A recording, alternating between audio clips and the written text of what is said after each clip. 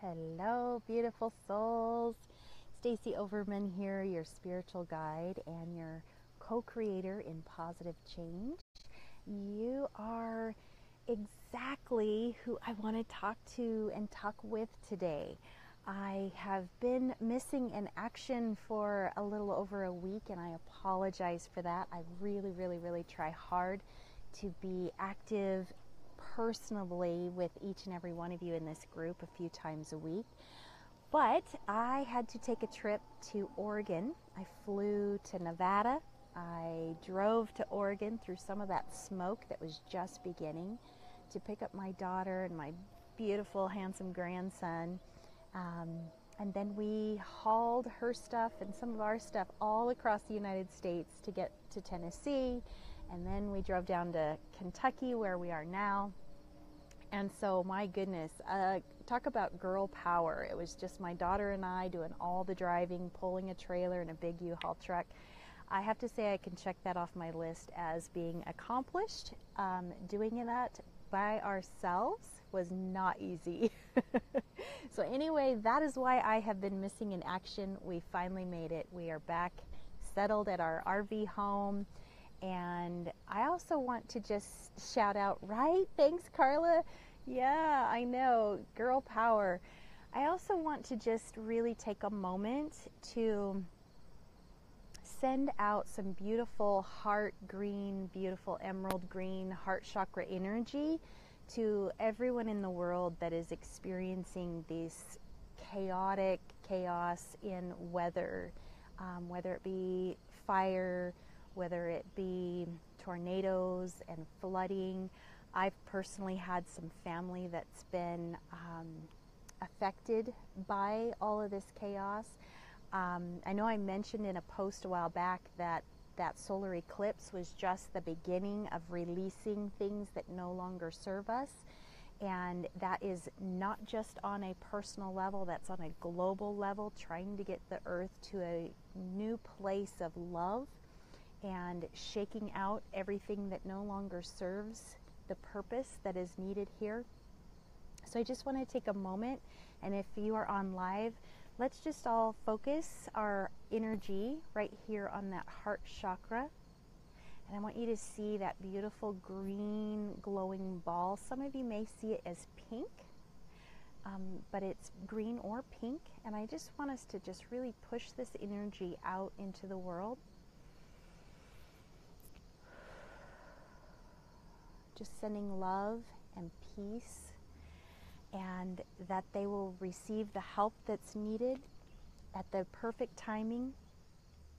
And also just, our thoughts and our energy can really also help with calming down some of these fires. If we can send love to the fires, we can send love to this tornado craziness, and visualize that tornado going in the opposite direction, things like that. When masses of us people, light workers, come together, we can really have a big impact on shifting those energies.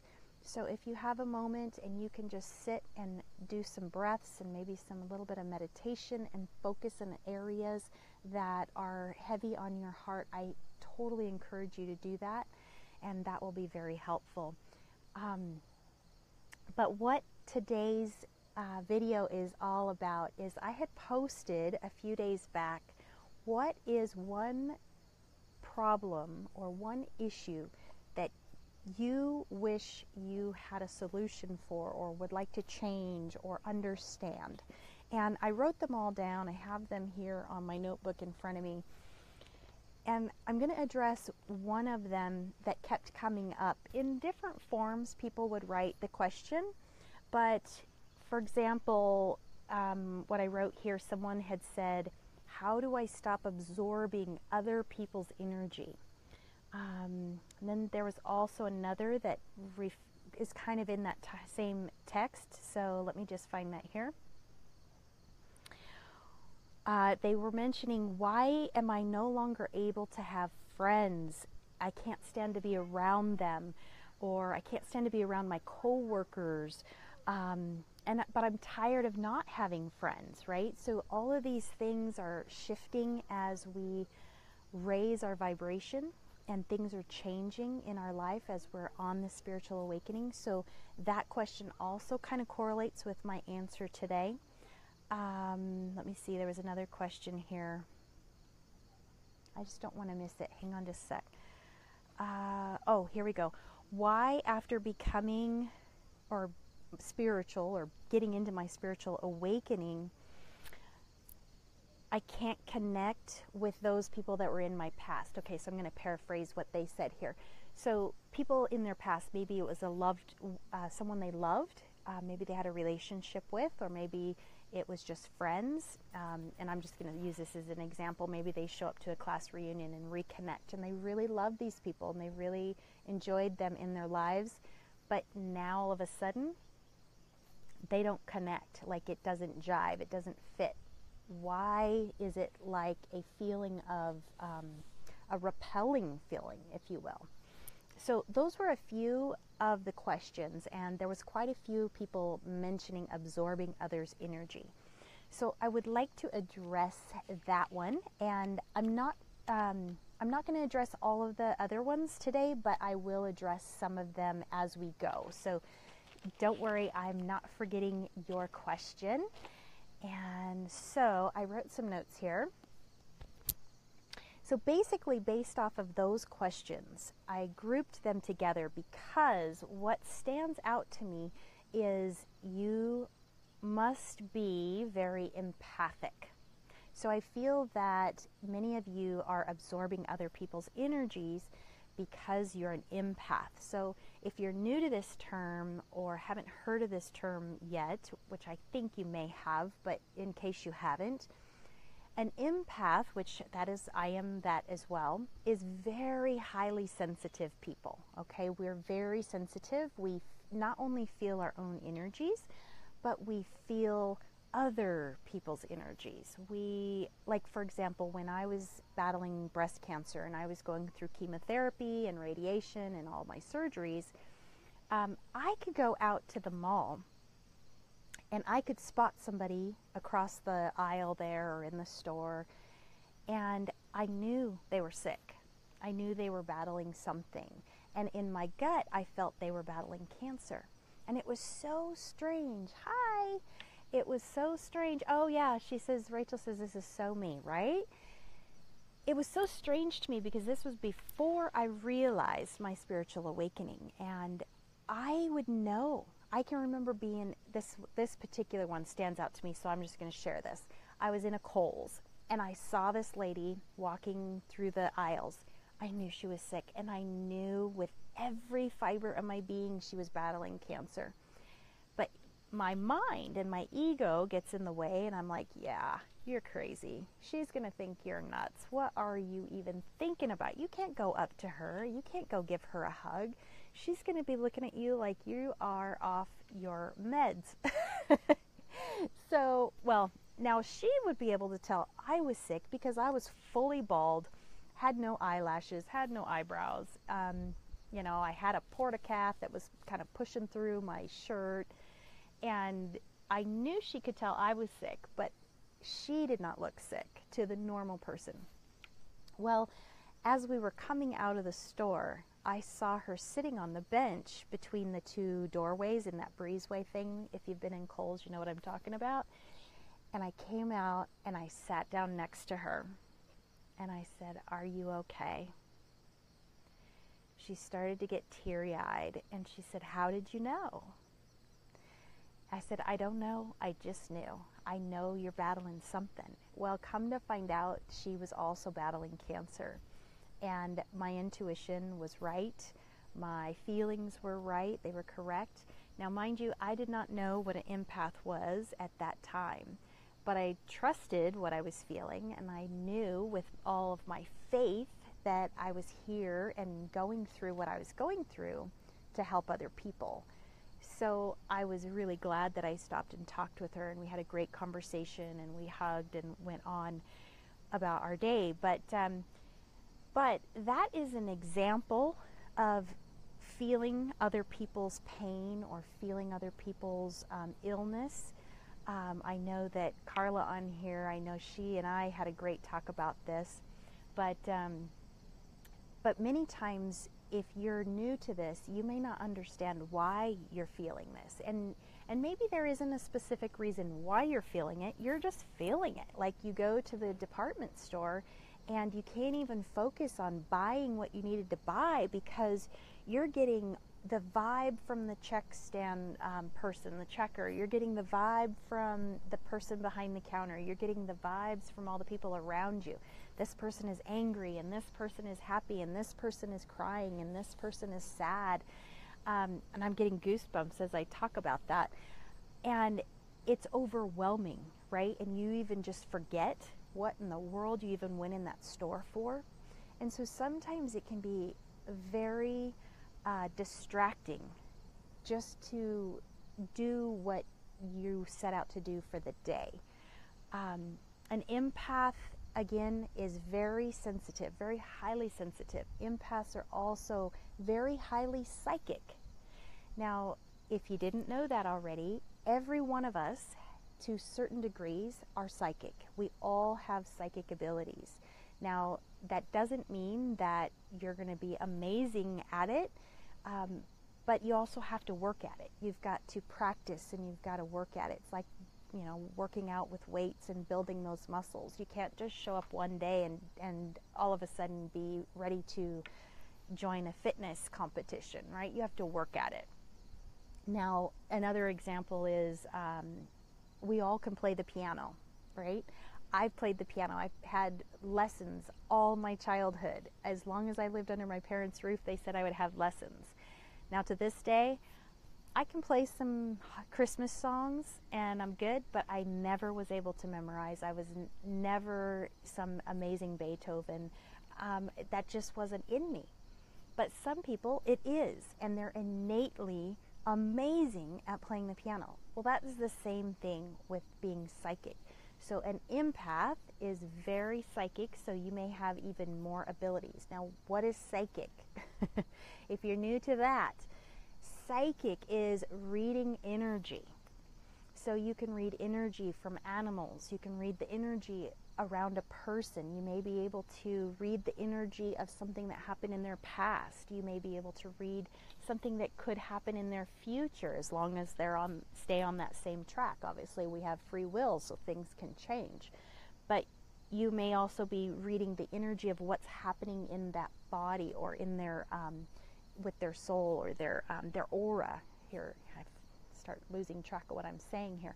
So psychic. So an empath and psychic abilities go hand in hand. So many of us that are feeling like you're taking on all these other people's energy, that makes total sense. You're not crazy. That is totally normal. So what do you do about that?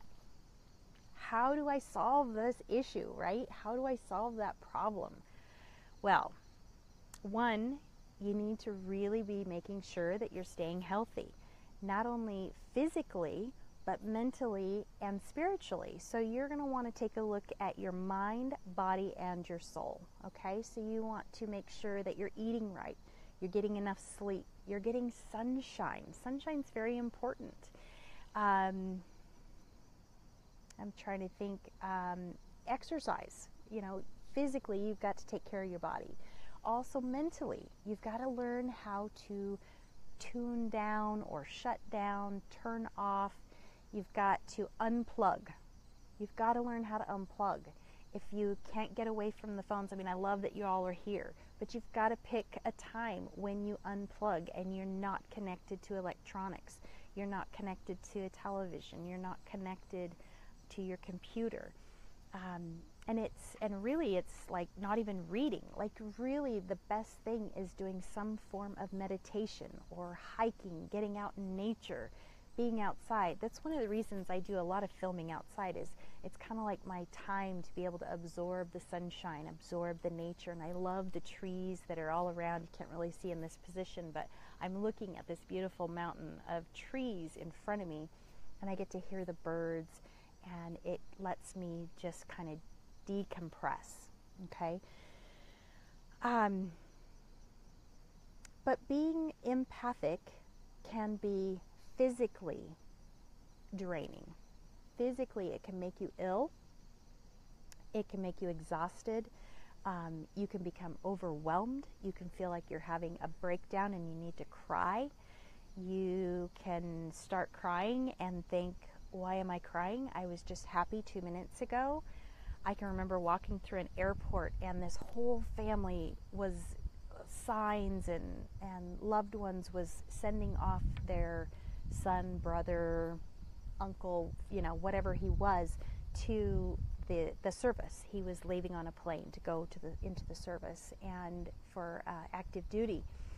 And I was happy when I got off the plane, and as I walked past this family, I had a huge lump in my throat. I got welled up with tears in my eyes, and as I kept walking a little bit further, I literally thought I needed to cry.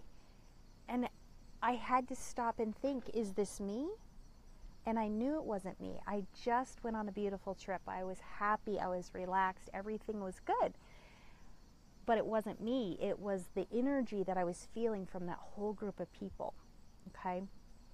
So you have to learn how to decipher whether it's your emotions or whether it's someone else's emotions. And so as you walk by that energy, you pick it up and it stays with you. Now you can walk off and it still stays with you. You can get home and it still stays with you.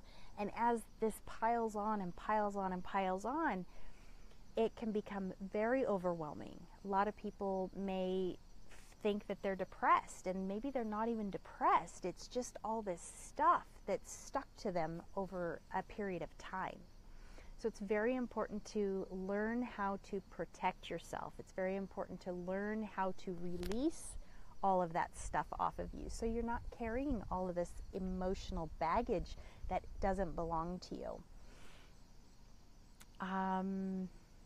So let's see. Let's go over how we do this. So number one, we want to stay grounded. And so by being grounded, you're eating root vegetables, you're walking outside barefoot, you are holding beautiful grounding stones in your hand. I'm just going blank, like obsidian, black obsidian, or red jasper, things like that. You want to stay healthy, exercise, sunshine, have that downtime, go to a happy place. Maybe you can go to a beach and just listen to the ocean and have nothing else around you.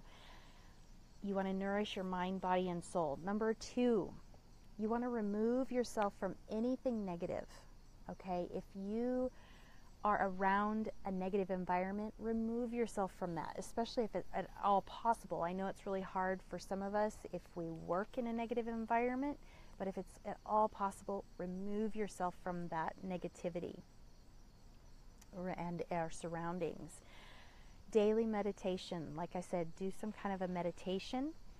Smudging, cleansing your space. How many times have you had people over to your home and their energy is left behind? Each time they come to your home, their energy is left behind. There's an argument or somebody's upset in your home, and that energy stays around. Many times I will have people call me and ask, I think my house is haunted. And when I tap into that energy to see about doing a house blessing and a house clearing, I can tell that the house is not haunted, but I can tell that there is this residual energy bouncing around in like a specific room or a specific area of the home from, it could be from a teenager. Gosh, my battery's going low. I might have to stop and plug in my phone. It could be a teenager that's frustrated with their day and tossed their backpack down in the corner of the room, and that energy, that negative energy just stays there. And if you're empathic, you can walk into that energy and you can feel it. And it's like, oh, what is that? So smudging your home. Let the sun shine in. Open the windows. Play soothing music. Number three, remember to take care of you. Many, many, many times us light workers, we're taking care of everyone else and we forget about us. It's very important for you to look inwards and take care of you. What do you need? Yes. Let's see. And honor your own emotions. If you are emotional and it is yours, honor it. If you need to cry, let it out. Don't hold it in. Take a shower, let it out. Cry all you need. And just honor that feeling and figure out, why am I feeling this way? And maybe it's something to do with your chakras. Maybe there's a blockage. Maybe something else is going on. So really own that and allow yourself to do it. And journal daily. That can really help a lot. Number 4, stay away from energy vampires. These are those people that are all about their self, narcissistic, if you will.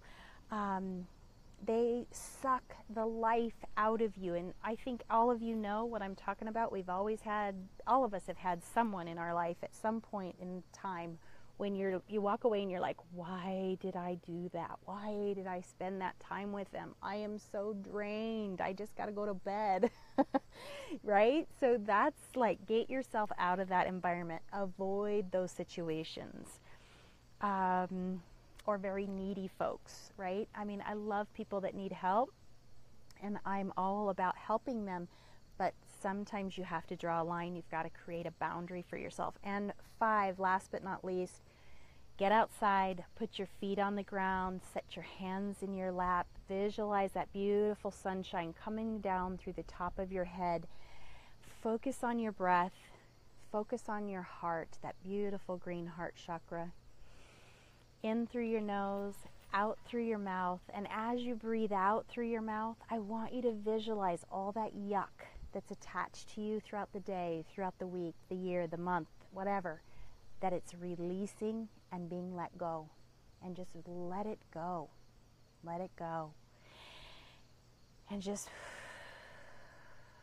feel that. Feel your shoulders relax when you do this exercise. And I promise you, if you do this exercise daily, you are going to feel a lot better. I hope this was helpful for you. My battery's running low, ding dang it.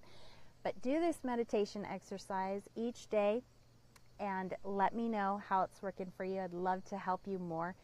In my 9-week program, we go in depth in all of these topics. We dive deeper. I give you tips and techniques to be able to really understand who you are, what you're experiencing, and how to get to that next level in your spiritual awakening. I would love to talk with you. PM me. Let's set up a free discovery call to see if you're a good fit for this program. I would love to talk with you. So in the meantime, thank you all. I'm so glad that you're here with me today live, and keep the comments coming. How else can I help you? I'd love to do that. Have a blessed day, everyone. Till next time. Bye-bye.